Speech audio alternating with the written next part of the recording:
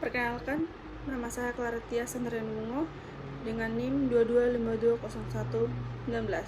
Di sini, saya akan menjelaskan mengenai perbandingan sistem pemerintahan Republik Indonesia antara era Soeharto pada masa Orde Baru tahun 1967 sampai dengan 1998 dengan era Joko Widodo pada tahun 2014 sampai dengan 2024. Yang pertama, bentuk pemerintahan.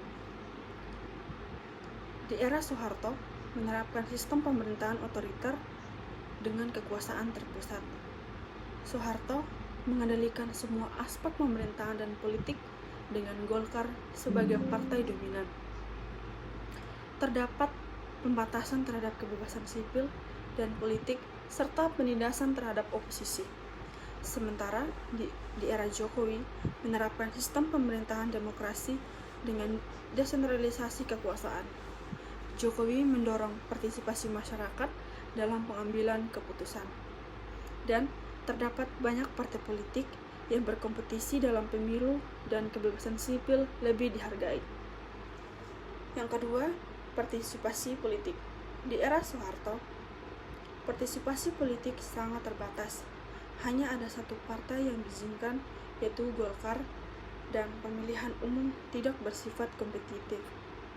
Aktivis dan organisasi masyarakat sipil sering sekali ditekan, sementara di era Jokowi mendorong partisipasi politik yang lebih luas. Banyak partai politik berkompetisi dalam pemilu dan ada peningkatan dalam keterlibatan masyarakat dalam proses politik. Terdapat upaya untuk meningkatkan partisipasi pemilih, termasuk di kalangan pemuda. Yang ketiga, kebebasan pers. Di era Soeharto, media dikendalikan secara ketat dengan sensor yang luas. Jurnalis yang kritis sering kali diintimidasi atau ditangkap.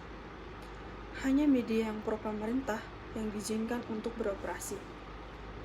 Sementara di era Jokowi, kebebasan pers meningkat meskipun masih ada tantangan. Media lebih beragam dan dapat melaporkan isu-isu kritis. Namun, masih ada kasus intimidasi terhadap jurnalis dan media yang kritis terhadap pemerintah. Yang keempat, kebijakan ekonomi.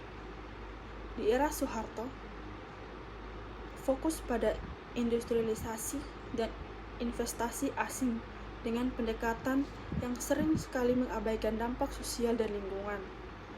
Kebijakan ekonomi sering kali didasarkan pada hubungan dekat dengan pengusaha atau oligarki.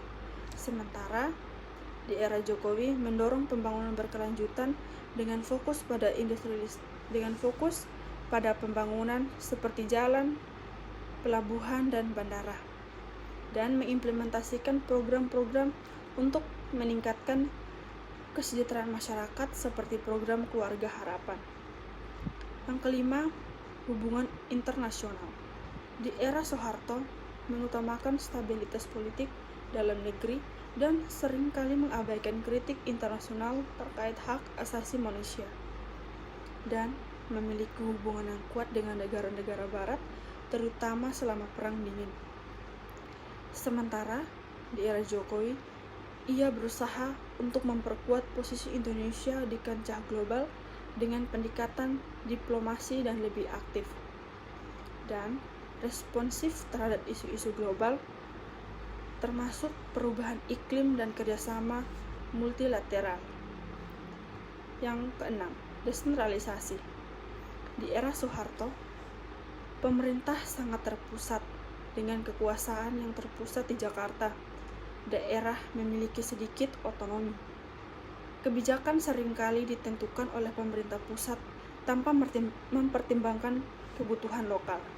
Sementara di era Jokowi, ia mendorong desentralisasi yang lebih besar, memberikan otonomi kepada daerah untuk pengelola sumber daya dan kebijakan lokal, dan juga meningkatkan anggaran untuk daerah dan mendorong partisipasi masyarakat dalam perencanaan pembangunan.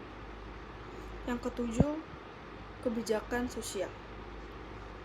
Era Soeharto program-program sosial sering kali bersifat top-down dan kurang melibatkan partisipasi masyarakat. Fokus pada program-program yang mendukung stabilitas politik seperti transmigrasi. Sementara, Jokowi mendorong program-program sosial yang lebih inklusif seperti program Keluarga Harapan dan bantuan langsung tunai, dan berusaha untuk melibatkan masyarakat dalam perencanaan dan pelaksanaan program-program sosial. Yang kedelapan yaitu isu lingkungan. Di era Soeharto, eksploitasi sumber daya alam dan insentif tanpa mempertimbangkan dampak lingkungan. Kebijakan pembangunan seringkali mengabaikan keberlanjutan dan dampak terhadap masyarakat lokal. Sementara di era Jokowi mengadopsi pendekatan yang lebih berkelanjutan dan pengolahan sumber daya alam meskipun masih menghadapi tantangan besar, dan juga menerapkan kebijakan untuk melindungi lingkungan seperti moratorium izin baru untuk pembukaan lahan dan program restorasi ekosistem. Yang kesembilan, pemberdayaan perempuan.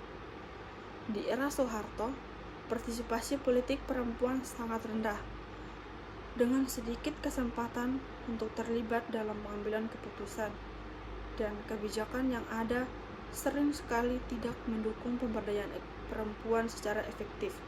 Sementara di era Jokowi meningkatkan kuota untuk perempuan dalam legislasi dan mendorong partisipasi perempuan dalam politik, dan mengimplementasikan program-program yang mendukung pemberdayaan ekonomi perempuan seperti pelatihan keterampilan. Dan yang 10, reformasi birokrasi. Di era Soeharto, birokrasi cenderung korupsi dan terpusat dengan sedikit akuntabilitas, dan proses pengambilan keputusan sering sekali lambat dan tidak transparan. Sementara di era Jokowi melakukan upaya untuk reformasi dalam meningkatkan efisiensi dan transparan birokrasi, dan menerapkan sistem e-government untuk mempermudah akses informasi dan layanan publik. Yang nomor 11, penanganan konflik. Di era Soeharto, pendekatan yang represif terhadap konflik sering sekali menggunakan kekerasan untuk menekan oposisi, dan kurangnya dialog dan mediasi dalam penyelesaian konflik sosial. Sementara di era Jokowi mendorong pendekatan yang lebih inklusif dan dialog dalam menangani konflik, dan upaya menyelesaikan damai melalui mediasi dan keterlibatan masyarakat. 12. Kebijakan pendidikan. Di era Soeharto, fokus pada pendidikan formal yang terpusat dengan sedikit perhatian terhadap pendidikan non-formal dan kurangnya akses pendidikan di daerah terpencil. Sementara di era Jokowi meningkatkan akses dan kualitas pendidikan termasuk pendidikan vokasi dan keterampilan, dan berusaha untuk mengurangi kesenjangan pendidikan antara daerah perkotaan dan perdesaan. Yang ke-13, kesehatan. Di era Soeharto, fokus pada pengendalian penyakit menular dan sedikit perhatian terhadap kesehatan masyarakat secara keseluruhan. Dan program kesehatan sering sekali tidak terintegrasi dan kurang efektif. Sementara di era Jokowi mengimplementasikan program jaminan kesehatan nasional atau yang biasa disebut JKN untuk memberikan akses kesehatan yang lebih baik kepada masyarakat dan meningkatkan infrastruktur kesehatan dalam program pencegahan penyakit. Itulah perbedaan sistem pemerintahan antara era Soeharto dan era Joko Widodo. Dengan kesimpulan menunjukkan bahwa meskipun ada kemajuan signifikan dalam aspek pemerintahan di bawah Jokowi, tantangan dan implementasi dan pengawasan tetap ada. Perubahan dari sistem otoriter ke sistem demokrasi membawa harapan baru bagi partisipasi masyarakat dan pengembangan yang lebih inklusif, tetapi kritik terhadap kebijakan pemerintah dan tantangan struktural masih perlu diatasi untuk mencapai tujuan pembangunan yang lebih berkelanjutan. Terima kasih, sekian dari saya.